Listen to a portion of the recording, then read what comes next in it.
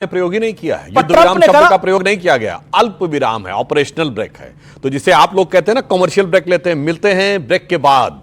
तो operation break के बाद जो मिलेंगे वो राजनाथ सिंह जी ने बताया है कि अभी इसके बाद क्या होगा। तो अखिलेश जी को थोड़ा अपनी भावनाओं पर नियंत्रण रख के समझते तो बेटर रहता। अभी मैं कुछ सीरियस बात बताना चाहता हूं। देखिए, हमने 2016 में सर्जिकल स्ट्राइक की तो क्या किया, आतंकियों के कैंप को नष्ट किया और मिलिट्री के रूट से जाकर। 2019 में बालाकोट किया तो एयरफोर्स के रूट से जाकर उनका लॉन्चिंग पैड डिस्ट्रॉय किया।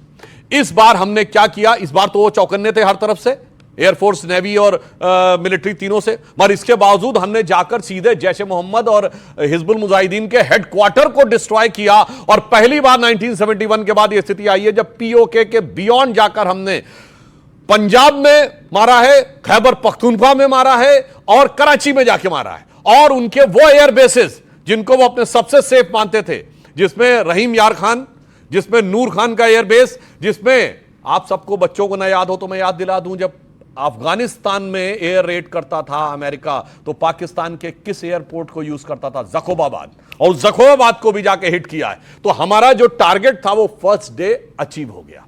जब उन्होंने रिटेलिएशन किया 10 तारीख को, तो मैं स्पष्ट बताना चाहता हूं, इतना जबरदस्त उनका डिस्ट्रक्शन हुआ, उसका मैं एक प्रमाण बताना चाहता हूं। आप खुद सोचिए, 10 तारीख को जेडी वांस अमेरिका के वाइस प्रेसिडेंट कहते हैं भारत पाकिस्तान की लड़ाई के बारे में, this is none of our business.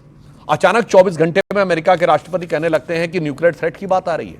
अब यहां पे मैं कहना चाहता हूं सिर्फ एक सिंपल सी बात, जब इंटरनेशनल मीडिया में बात आ रही है और कई बड़े बड़े रक्षा विशेषज्ञ जिसमें टॉम कूपर और जॉन स्पेंसर भी शामिल हैं, जिन्होंने कहा है कि जो सरगोदा एयरबेस है वहां पे न्यूक्लियर फैसिलिटी के ऊपर इंडिया का हिट हुआ है। और मैं दर्शकों के लिए भी बता दूं, न्यूक्लियर वेपन्स किसी कमरे में सजा के नहीं रखे जाते हैं जैसे कोई शोरूम में रखे हों, ये जमीन से 30-40 मीटर नीचे जाके बंकर में रखे जाते हैं। सिन्हा साहब को बेहतर पता होगा, इसलिए मैं कहता हूं उसके एंट्री एग्जिट पॉइंट 2 ही होते हैं।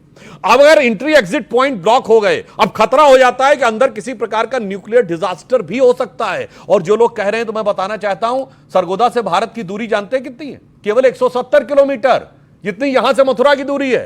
तो 170 किलोमीटर की डिस्टेंस के ऊपर अगर कोई न्यूक्लियर डिजास्टर होता है तो कोई ऐसा नहीं कि रेडिएशन सरहद को समझता है कि वो इसके बियॉन्ड नहीं जाएगा। बहुत सारी चीजें थी, परंतु एक बात मैं लास्ट में कहना चाहूंगा, मोदी जी के नेतृत्व में जो दृढ़ता भारत ने दिखाई है, पहली बार वो स्थिति आई है कि ऑर्गेनाइजेशन ऑफ इस्लामिक कंट्रीज ने कोई रेजोल्यूशन भारत के विरुद्ध पारित नहीं किया है, और हमने वो करके दिखाया है।